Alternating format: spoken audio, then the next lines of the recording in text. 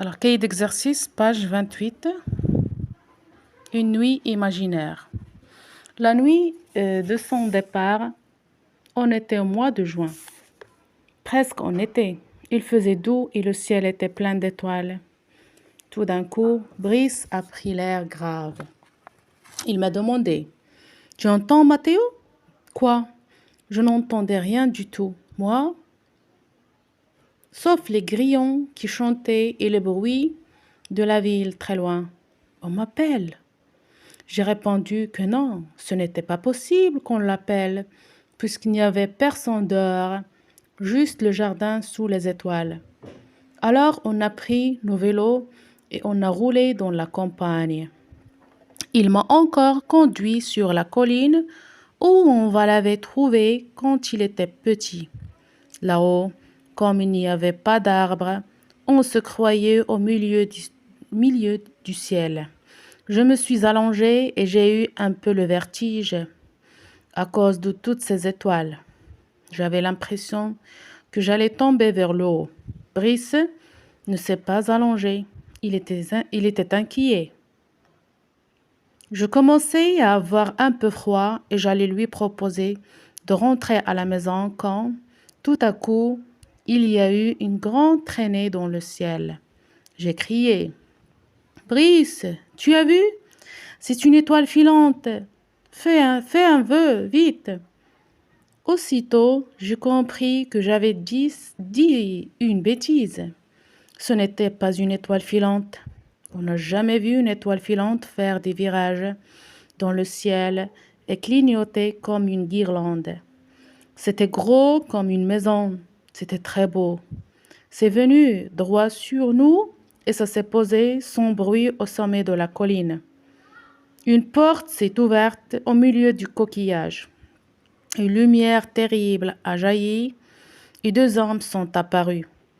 Leurs pieds ne touchaient pas le sol. On aurait dit qu'ils flottaient dans l'air. Leurs cheveux étaient comme ceux de Brice, argentés. Quand ils ont vu mon copain s'approcher, les deux hommes se sont agenouillés. Ça veut dire agenouiller, ça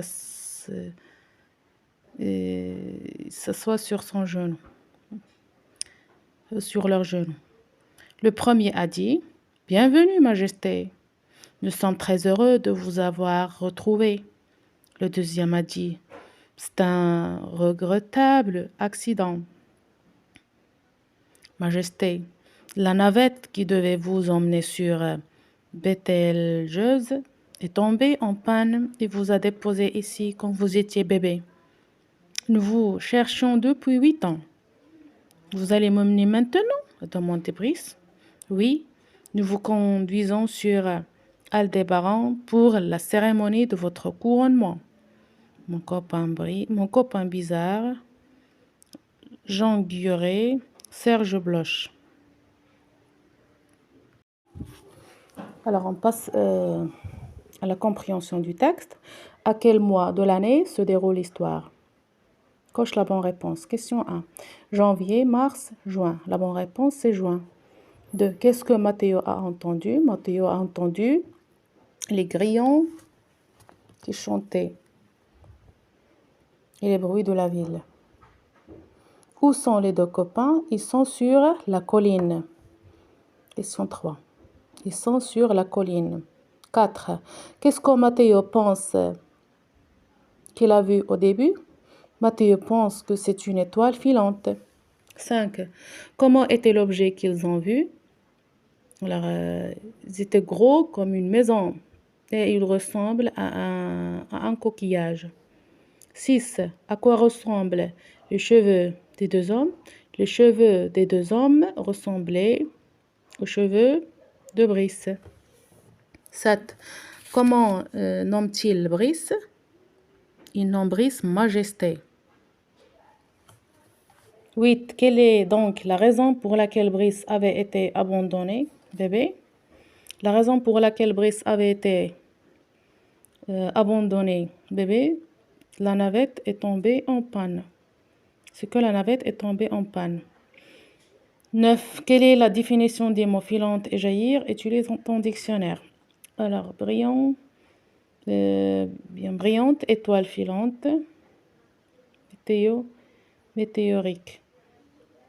Jaillir, c'est un verbe, c'est sortir avec force en faisant un grand jet.